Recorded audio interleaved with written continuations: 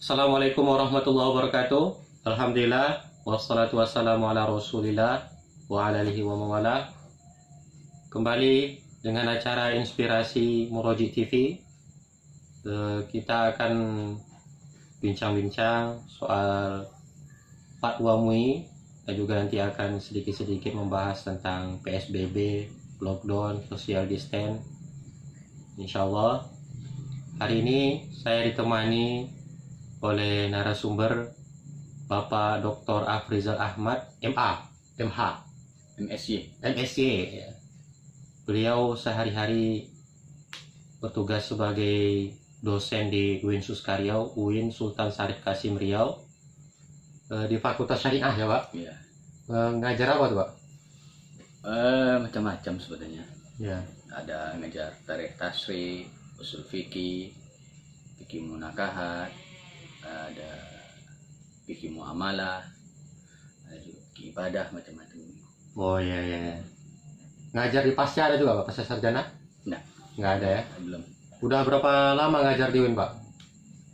Kalau di UIN saya ngajar dari tahun 2012. 2012, sekarang 2020, berarti udah 8 tahun ya Pak ya? Sebelumnya saya di Stay Susha Siap. Sultan Syarif Kasim Siap. Ya ya, sekarang kok salah ketuanya itu Pak John John Kennedy ya. John Kennedy itu Iya. saya ngajar situ tahun 2002. Senior di alumni Mustofawiyah juga itu beliau tuh. Makanya saya kenal. Beberapa waktu yang lalu saya ngelihat status Bapak di salah satu media sosial Facebook bahwa Bapak mengajak untuk berdiskusi tentang fatwa MUI yang dikeluarkan pada tanggal 17 Maret 2020 kan. SK MUI juga seperti itu, surat keputusan fatwanya kan. Iya. 17 Maret 2020 kalau saya nggak salah, tentang pelaksanaan ibadah di masjid. Iya. Bahwa MUI juga membagikan tentang daerah yang zona merah dan zona hijau. Iya. Memang MUI mengatakan bahwa bagi orang yang sudah positif terdampak COVID, dia dianjurkan untuk beribadah di rumah dan membatasi dirinya untuk berinteraksi dengan orang-orang. Begitu. Kemudian juga MUI membatasi dengan zona hijau. Nah, zona hijau ini masih boleh melaksanakan sholat berjamaah di masjid, baik sholat Jumat, sholat fardu 5 waktu, tetapi menganjurkan untuk mengikuti protokoler kesehatan. Iya. Nah, sebenarnya apa tanggapan Bapak tentang fatwa MUI itu? Assalamualaikum warahmatullahi wabarakatuh. Waalaikumsalam.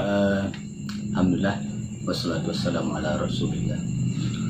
Saya lihat dari sisi fatwa MUI dan itu di 31 fatwa MUI ini sudah tepat. Tepat ya. Baik dasarnya, pendalilannya, kaidah-kaidah yang dipakai, kemudian penjabaran fatwanya itu, di mana mereka membagi dua di sini kan. Pertama di poin 4 itu kan dijelaskan pada dalam kondisi penyebaran COVID-19 tidak terkendali. Oh ya.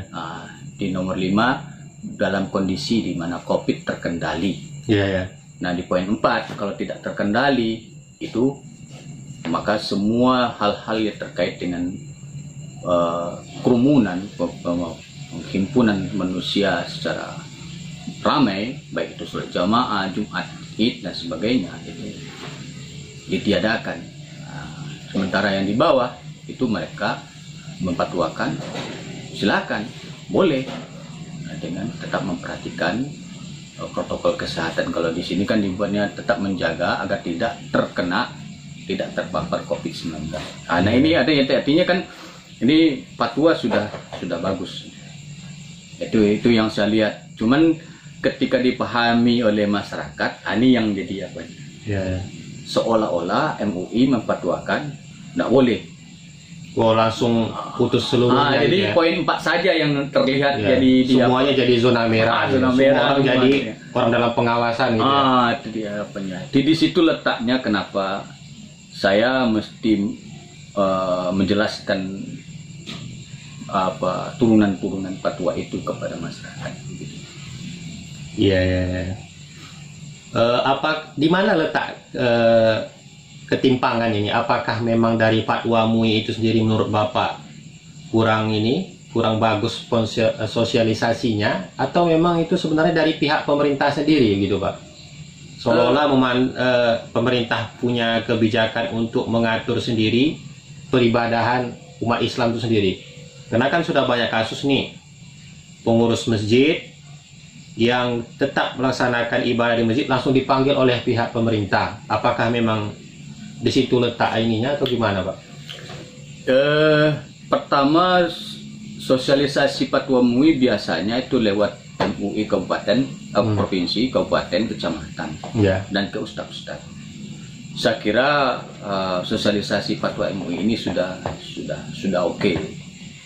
Lalu kemudian makanya selalu saya katakan ada persoalan di kita, yaitu untuk menentukan mana yang tidak terkendali atau zona merah, mana yang terkendali atau zona hijau. Nah, selalu saja ini menjadi apa? Soalnya begini, sedikit ada provinsi yang katakanlah beberapa orang di antara masyarakat mereka terkena positif COVID, itu langsung provinsi itu zona merah. Satu provinsi langsung gitu ya? Zona merah. Lalu satu kabupaten ada 2-3 orang mungkin terkena positif atau mungkin sudah ada yang meninggal dunia, langsung seluruh kabupaten menjadi zona merah. Di dalam kaidah usul fikih ini jelas bermasalah. Kenapa? Karena terlalu masih umum. Sebab mestinya kan wilayah itu per kecamatannya itu yang baru pas dia, karena kecamatan itu yang namanya interaksi sosial yang ada itu kan kecamatan. Iya. Antar kecamatan dengan kecamatan lain kadang-kadang mana? Katakanlah saya berada di Tambang. Iya. Pernahkah saya ke Kuala Kampar? Pernahkah saya ke Kampar Kiri yang Melopok? Tidak pernah. Artinya interaksi sosial kita dengan kecamatan lain sangat kurang. Tapi kalau untuk kecamatan itu oke, gitu. Interaksi sosial, dan itu yang akan memungkinkan tersebarnya COVID. Sementara kecamatan antar kecamatan lain tidak berinteraksi, ya tidak akan mungkin. Dari mana datang apanya? Makanya di situ akhirnya kita menuntut MUI kecamatan berani untuk berijtihad. Kalau daerahnya ternyata hijau, mereka harus berikhtiar bahwa mereka hijau. Lalu gunakan poin nomor 5. Tidak bisa lalu urusan agama ini menjadi urusan pemerintah.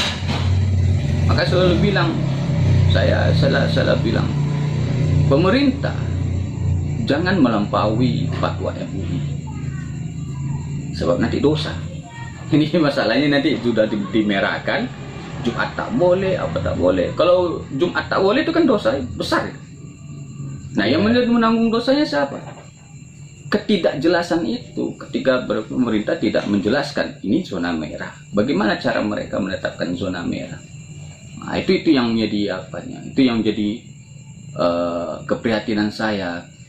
Lalu kenapa saya periksa Aceh hanya beberapa orang, lalu mereka tidak mau mengatakan diri mereka zona merah, kemudian mereka terus menyelenggarakan ibadah sebagaimana biasa. Sebab belum cukup alasan untuk merah menurut Islam itu belum cukup. Kalau menurut pemerintah silahkan dah. Tapi kalau belum cukup, daruratnya itu belum cukup. Oh begitu. Tapi kan di pihak pemerintahnya ada Kementerian Agama gitu Pak, yang bisa mengkaji soal peribadatan. Kan Menteri Agama ini yang biasanya berkoordinasi dengan masjid-masjid ini. Kami sendiri aja, saya nih sehari-hari kan sebagai penyuluhan PNS nih. Kami juga harus mendata nih, ditugaskan mendata masjid yang tetap melaksanakan peribadatan berjamaah. Nah nanti masjid itu harus dilaporkan Ya. Dan kadang-kadang sudah dapat berita pengurus masjid itu dipanggil gitu Pak. Jadi itu yang saya katakan, kita harus bertindak dengan data dan fakta. Ya. Makanya saya walaupun karena kita terbiasa dengan metodologi penelitian, maka saya melihat data per hari. Sampai hari ini sudah hampir sebulan lebih saya menyaksikan mengkontrol itu. Sehingga ketika saya bilang bahwa ini merah, betul-betul karena datanya memang merah. Ini hijau, karena memang betul-betul datanya hijau. Tidak mungkin kita bilang bahwa Provinsi Riau ini seluruhnya hijau, merah. Padahal ada kabupaten yang belum ada yang positif sama sekali. Iya, ya. Tapi kan untuk menunjukkan dia positif itu kan ada keterbatasan Pak. Tidak semua manusia, tidak semua orang dia memeriksakan dirinya apakah dia itu positif atau tidak. Ya itu makanya saya bilang bahwa kita punya di fikih namanya najis hukmiyah. Ketika kita berzonni, berprasangka bahwa itu najis, maka dia najis. Maka berbaik sangkalah. Ketika tidak ada bukti, secara ilmiah kan ketika tidak ada bukti sama sekali bahwa di sana belum ada yang positif. Lalu bagaimana kita mengatakan bahwa zona di situ merah? Ya, ya. Makanya saya bilang, di mana kabupaten belum ada yang positif, di kecamatan, di desa yang belum ada positif sama sekali, ya tidak boleh dihukumkan. Kalau tidak nanti dia terkena hukum dengan hukumnya itu. Ya, ya, berarti kalau dia menyangka bahwa daerahnya itu adalah zona merah, berarti jatuhlah hukumnya di situ. Tidak tapi dia berdosa. Berdosa gitu Pak. Kenapa? Karena tidak kan. Dia salah dalam memberikan fatwa. Tapi kan ijtihad itu kalau setahu saya nih, kalau ijtihad itu salah, dia dapat satu pahala gitu Pak. Dia gini, ijtihad dengan menggunakan dalil. Jadi kan Ibnu Qayyim al-Jauzi itu kan menggunakan begitu tuh. Iya. Saya punya dalil, Anta punya dalil, lalu kita berijtihad, lalu salah dalam ijtihad, maka itu kedua-duanya dapat pahala. Kalaupun salah dapat pahala. Satu. Tapi ini tidak didasarkan dengan kebenaran. Dengan kriteria ijtihad. Tidak didasarkan pada kebenaran, maka dia salah. Dan lagi pula karena memang tidak faktual. Jadi logika mana yang mau membenarkan hal seperti itu? Itu yang jadi keprihatinan saya beberapa. Jadi saya tengok Bapak ada membahas soal usul fikih itu yang Darul Mafasid Muqaddamu min Majalibil Masolih itu. Jadi maksud Bapak apa yang salah dengan kaidah usul fikih yang dipakai oleh fatwa MUI itu Pak? Kaidah MUI-nya tidak salah. Tidak salah. Jadi kan gini, ada mafasid di situ. Kan di sini ada darul mafasid muqaddamun ala jalbil masolih. Ala jalbil masolih. Tapi kan harus mafasidnya qot'i. Mafasidnya qot'i. Masolihnya juga qot'i. Kalau mafasidnya zonni gimana? Atau apalagi mauhumah, tidak jelas.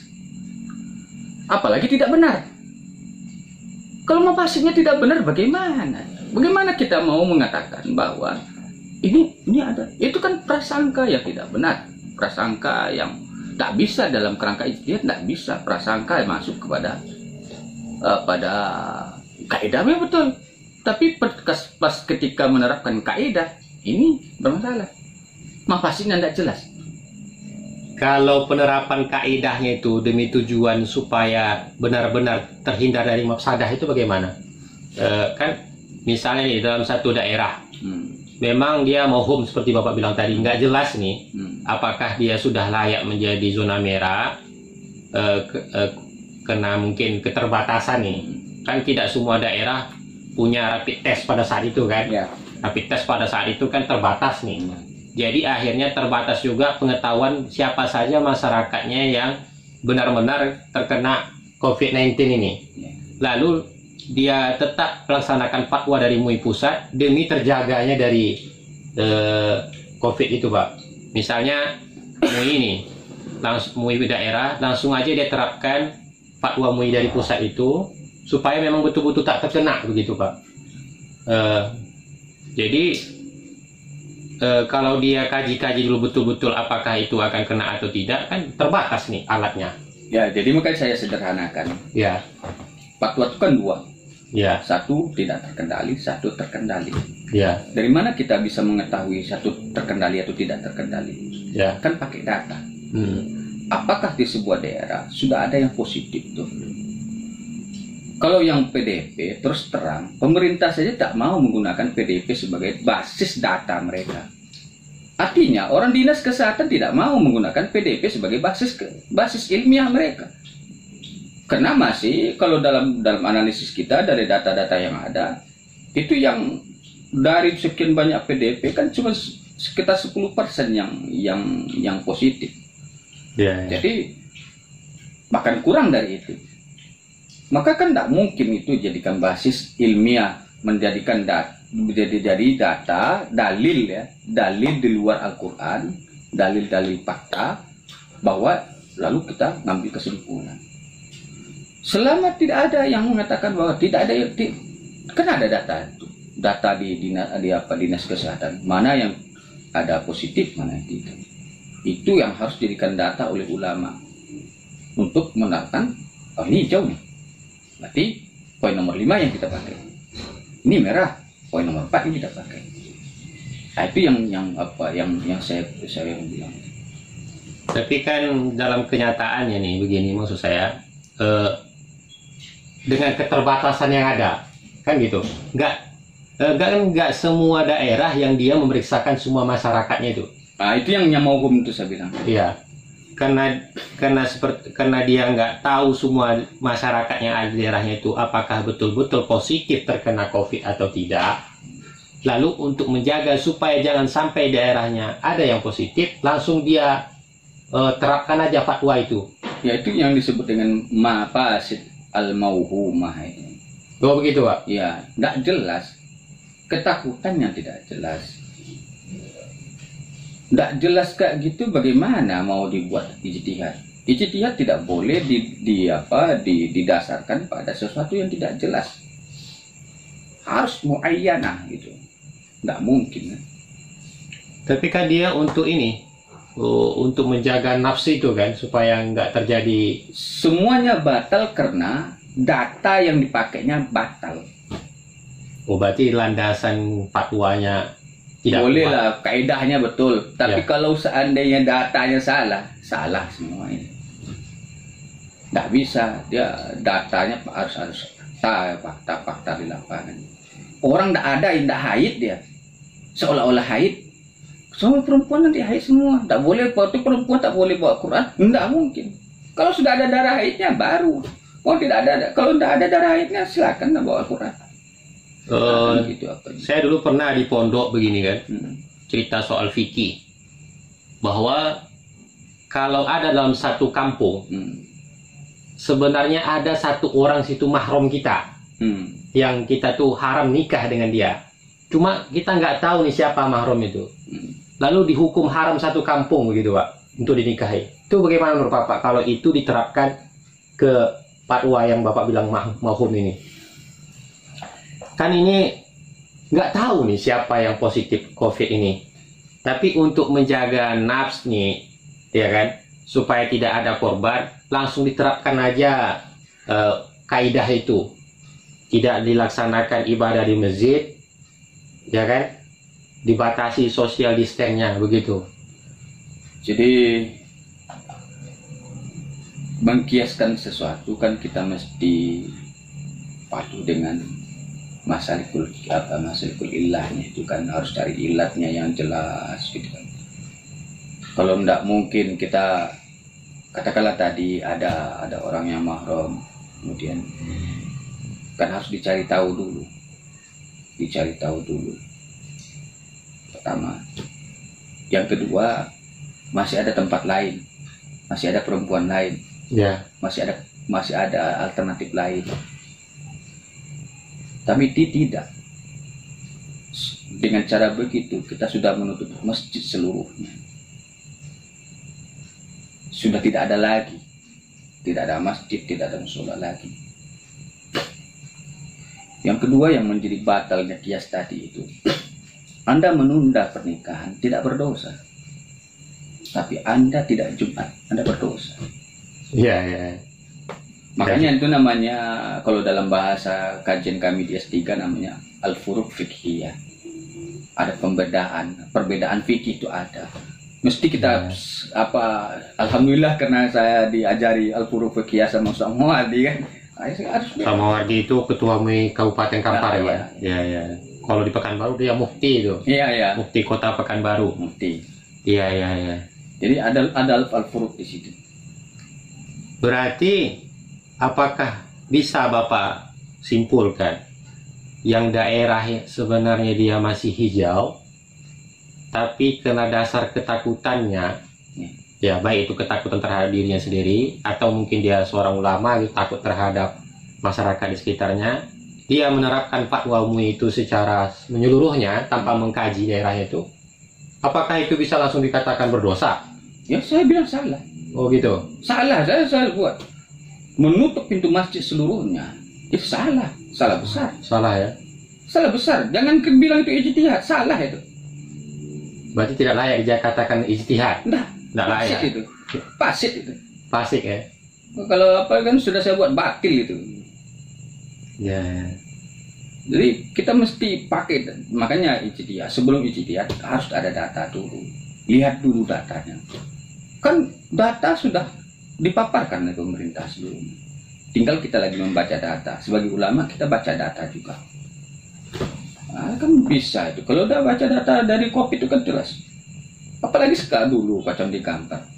Tanggal 5 Mei Bupati Kampar sudah umumkan bahwa Bangkinang Kampar sudah zero COVID. 5 Mei ya. Apalagi? Tak mungkin kan di merah kan? Iya, ya. Apalagi yang membuat dia merah, mereka merah.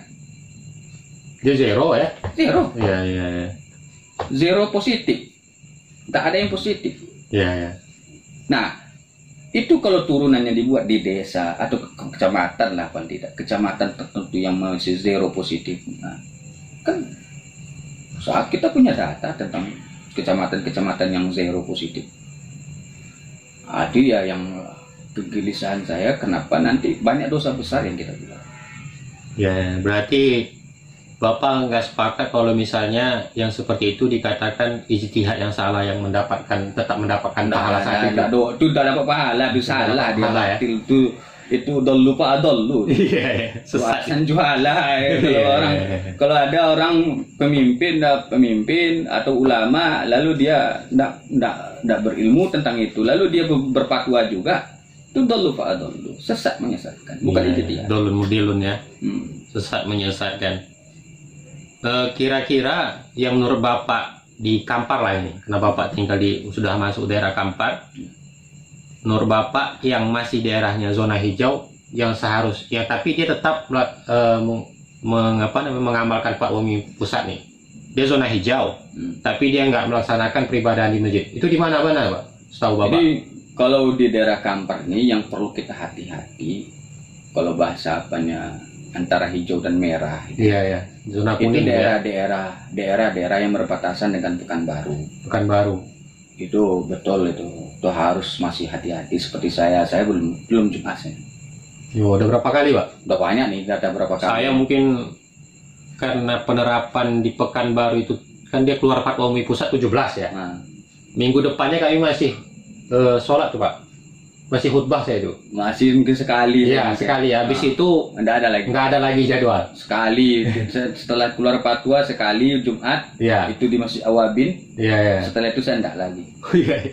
Saya mungkin kalau dihitung 7 kali mungkin ada. Jadi itu karena kita berbatasan dengan Pekanbaru. Di sini disebutkan bahwa daerah Kecamatan Tampan itu daerah paling merah di Pekanbaru karena positifnya banyak. Banyak ya. Jadi saya mengambil sikap untuk itu, ini betul karena interaksi kita orang-orang sini kan kerjanya di sana kan. Tampan, ya? Jadi interaksi antar kecamatan Tambang dengan kecamatan Tampan itu sangat kuat. Maka kalau kayak gitu terpengaruh. Kalau keseharian dia berada pada zona merah, ya, lalu dia kembali ke zona hijau, dia tetap memakai fatwa zona merah tadi. Ya, dia memakai poin nomor 4. Oh gitu. Poin fatwa MUI. Tapi seperti seperti daerah kecamatan 13 Koto Kampar. Oh, masih kosong ya? Kosong kemana-mana itu. Kalau Tapung kan itu banyak tuh yang positif. PDP banyak, positif ada gitu ya. Yeah. Nah, tapi daerah-daerah lain yang masih jauh, tidak mungkin kita katakan itu kan. Tidak boleh, pemerintah tak boleh nutup masjid mereka. Iya, iya. Kalau mau pemerintah tutup masjid mereka, pemerintah berdosa. Jadi gini juga nih, kembali ke hukum fikih yang saya tahu nih ya. Ya. Misalnya saya ini kan sekarang berada pada zona merah. Lalu saya pulang kampung nih. Dan kampung saya itu zona hijau. Belum ada yang positif terkena COVID, corona. Kan ketika saya sudah sampai di sana 3 hari nih. 3 hari kan berarti sudah dihukumkan mukim gitu ya. Apakah jatuh saya kewajiban untuk sholat Jumat atau sudah bisa langsung sholat berjamaah fardu seperti biasa di masjid atau gimana tuh Pak? Atau tetap mengikuti protokol kesehatan itu 14 hari. 14 hari ya? 14 hari. Jadi kita tidak pakai kan mukim atau tidak mukim itu kan masih diperdebatkan juga oleh ulama, hari dan sebagainya. Tapi ini lebih real ini, 14 hari itu lebih real, itu lebih benar menurut ilmiah, itu yang paling benar itu 14 hari isolasi mandiri. Maka isolasi mandirinya itu 14 hari. Lewat 14 hari memang tak ada apa-apa, silakan beraktivitas seperti biasa. Masalahnya kan juga pendeteksian corona ini kan nggak jelas juga Pak. Kalau memang mendeteksi virus itu ada pada diri kita dengan 14 hari, begitu kan?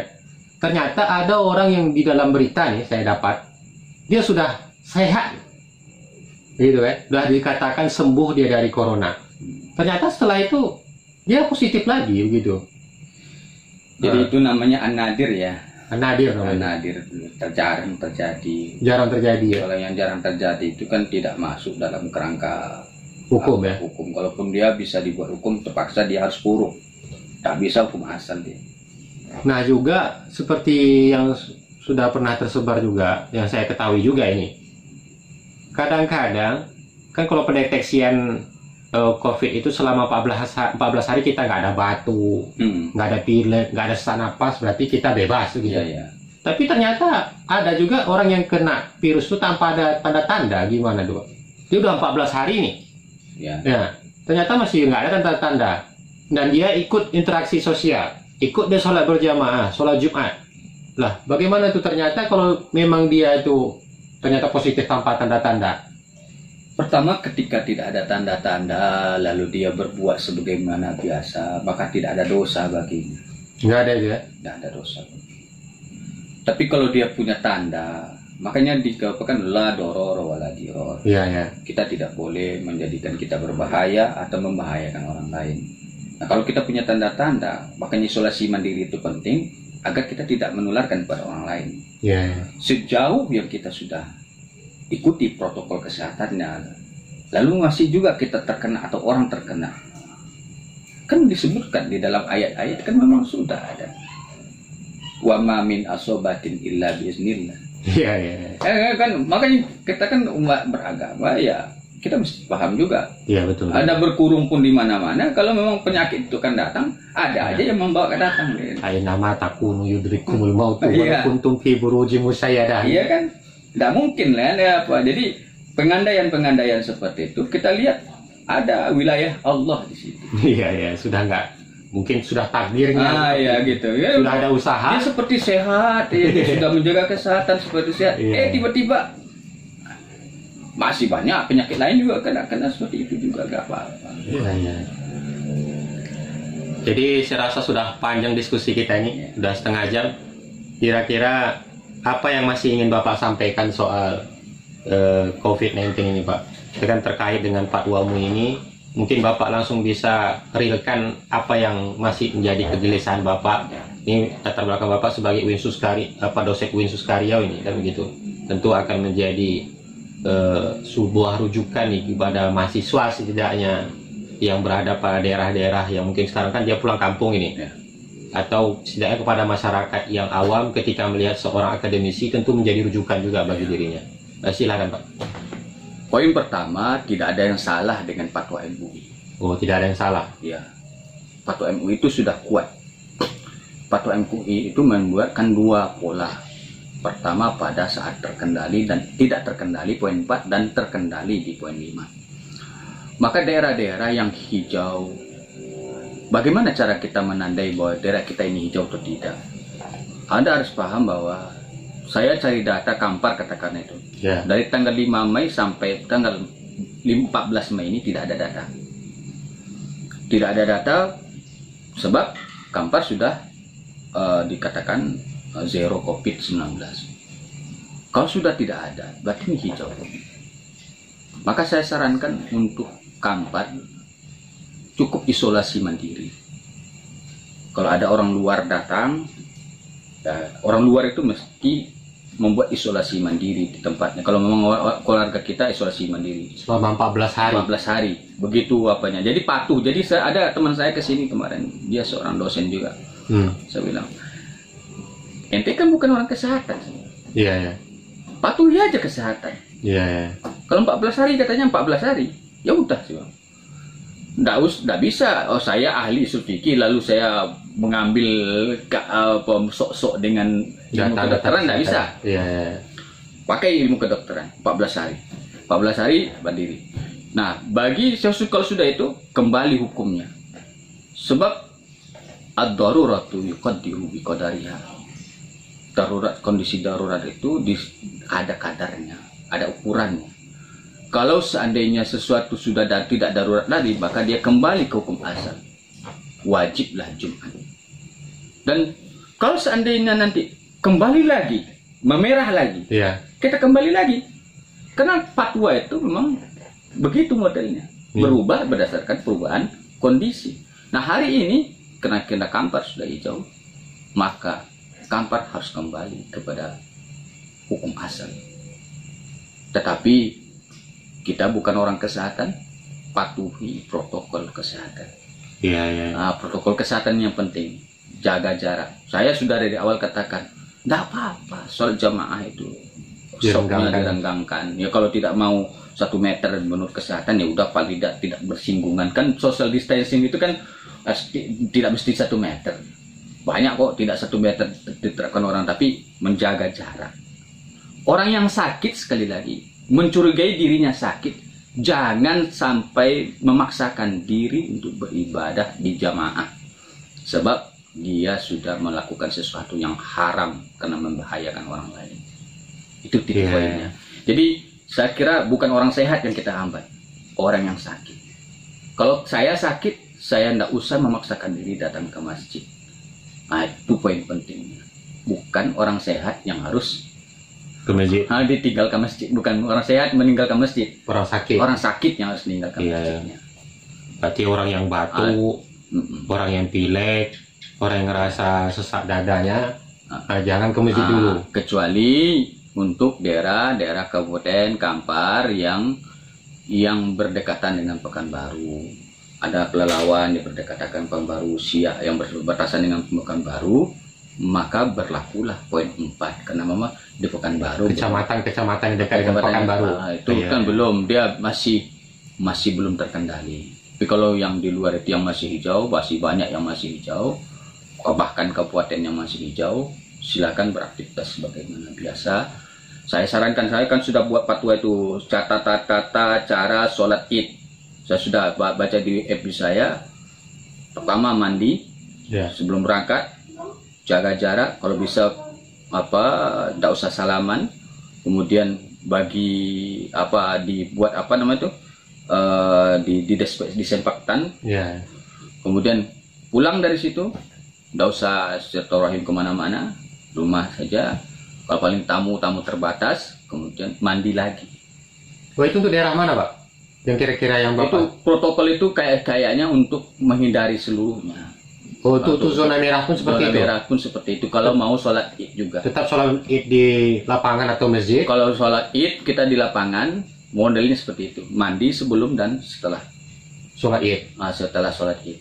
Oh, berarti menurut Bapak daerah zona merah pun tetap dia ke lapangan atau ke masjid melaksanakan sholat Id? Kalau kalau zonanya terlalu merah, enggak, saya tidak sarankan. Oh, tidak sarankan ya? Tidak sarankan karena memang terlalu bahaya, membahayakan diri. Jadi kalau yang merah enggak usah. Makanya tentukan merah dulu. Apakah daerah saya merah atau tidak? Merah itu bukan berdasarkan pengumuman administrasi pemerintah, tapi berdasarkan informasi dari COVID-19 itu ada gugus tugas itu kan ada itu data. Makanya perhatikan data ini. Kalau rasanya daerah kita merah, bertahanlah, bersabarlah. Tapi kalau daerah kita hijau, alhamdulillah, berbuatlah sebagaimana biasa. Itu adalah karunia Allah bagi kita semua. Ya, sedikit lagi nih saya tanyakan nih. Bagaimana dengan keadaan sholat Idul Fitri yang sholat di rumah, Pak? Bukankah sholat Idul Fitri itu biasanya ada khotibnya? Ya. Kalau di rumah bagaimana, Pak? Apakah sholat Idul Fitrinya sah tanpa khutbah atau bagaimana, Pak? Sudah keluar juga fatwa MUI tentang sholat Id, tentang itu bisa dibaca. Jadi bagi keluarga yang mampu menyediakan khotib, katakanlah kepada keluarganya yang bisa khutbah, dia bisa buat khutbah sebagai. Oh, tetap khutbah di rumah gitu? Ya. Tapi kalau bagi yang tidak, itu ada rukhsah bagi mereka karena ini sholatnya sholat sunat. Nah, bagi mereka yang sholat zona merah, maka tidak ada pemberatan untuk bisa sholat Id. Tapi bagi mereka yang di zona hijau, saya berharap jangan sampai syiar sholat Id ini hilang. Saya makanya dari awal-awal saya sudah buat postingan tentang sholat Id agar tidak terjadi tanda tanya gitu, kegaduhan. Menghilangkan syiar Islam itu dosa besar. Jadi bagi yang hijau silakan. Jadi makanya nanti yang hijau tetap sholat Id sebagaimana biasa. Mana tahu dengan itu insya Allah datanglah pertolongan Allah Subhanahu wa Ta'ala ke kita. Jangan semua karena memang ya maaf lah, memang begitulah kita harus cerdas-cerdas dalam bernegara nih kayaknya. Cerdas dan juga bersabar dengan keadaannya, ikhlas, bersabar dengan seluruh kebijakan gitu ya. Dan juga nggak lupa berdoa gitu, Pak ya. Ya alhamdulillah. Jadi saya sarankan kemarin itu untuk nantilah tapi saya sudah sarankan untuk sholat jenazah setiap hari. Sholat gaib gitu. Sholat gaib setiap hari karena di Indonesia hampir setiap hari ada yang meninggal dunia. Kemudian berdoa. Saya sudah ajarkan juga bagaimana cara berdoa di musim COVID ini. Agar ya pertama ya kita tidak tertulari COVID. Yang kedua tambah iman. Karena orang beriman sebenarnya ketika musibah datang seharusnya imannya bisa nambah. Bisa nambah ya, bukannya malah lari gitu ya. Nah yang ketiga yang paling penting yang sekarang sedang sama kawan-kawan ini adalah kekurangan rezeki. Maka dengan cara kita mendekat kepada Allah, Allah sudah katakan Bani Israel saja Allah terangkan manna wa salwa.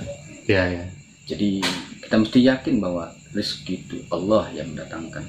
Dengan cara itu kita tidak stres. Nunggu bantuan dapat alhamdulillah, tak dapat apa-apa. Saya 2 kali ngisi formulir, Pak.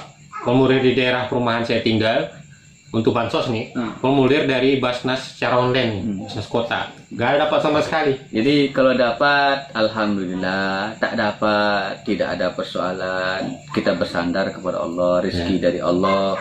Yang bagi yang tidak dapat, jangan iri pada yang dapat. Itu dia kan. Ini kan gara-gara cuma 5 orang per RT, nanti yang 5 ini dimusuhi. Padahal ya rezeki dari Allah. Kadang-kadang ada orang yang ngaku-ngaku susah pula karena tidak dapat bansos gitu ya. Itu biasa tuh kalau bansos itu sedang dibagikan itu banyak yang ngaku susah. Ngaku susah ya. Ini apalagi pas bayar zakat banyak yang ngaku susah ya. Pas terima zakat semuanya pengen. Jangan kenapa duit 50.000 aja mungkin kejar-kejaran orang itu. Ada THR 5.000 tuh kejar ke 50.000 kejar-kejaran. Jadi mengenai ini banyak kekurangan kita karena memang kita ini makhluk yang sangat ambisi dengan harta ya. Jadi makanya kalau dengan cara dekatkan diri pada Allah, banyak berdoa, mudah-mudahan Allah lapangkan rezekinya. Dan ya Amin. sudah masanya memang makanya saya bilang tasawuf yang sudah ditinggalkan orang. Kan tasawuf itu seperti anak tiri ya. Ya, Di dunia Islam ini tasawuf itu seperti anak tiri. Masanya sekarang sebenarnya orang bertasawuf. Anggap saja lagi uzlah, lagi suluk sekian hari. Dari mana datang rezekinya? Allah yang ngatur. Nabi Yunus saja 40 hari di dalam perut ikan masih bisa dikasih hidup makan. ya. Bahkan Nabi juga pernah di lockdown dulu oleh orang-orang jahiliyah di ya, 2 Mekah. tahun kan. 2 tahun. Belum lagi banyak lagi contoh. Ashabul Kahfi itu ada 300 tahun. Iya, di dalam gua. Kan saya bilang gitu. Saya sudah sampaikan 300 tahun dalam gua masih tetap hidup. Hidup Allah yang tentukan. Ya. Jadi dengan stres karena masalah ini. Oke, alhamdulillah luar biasa diskusi kita pada hari ini. Kesimpulannya silahkan simpulkan sendiri. Iya, saya rasa tentu punya kesimpulan masing-masing dalam mendengarkan diskusi kita hari ini. Terima kasih kepada Bapak narasumber, Bapak Dr. Afrizal Ahmad, dosen dari Unsus Riau. Tetap stay di Inspirasi Muroji TV. Mudah-mudahan mendapatkan inspirasi yang bermanfaat dari channel kita ini. Terima kasih. Assalamualaikum warahmatullahi wabarakatuh.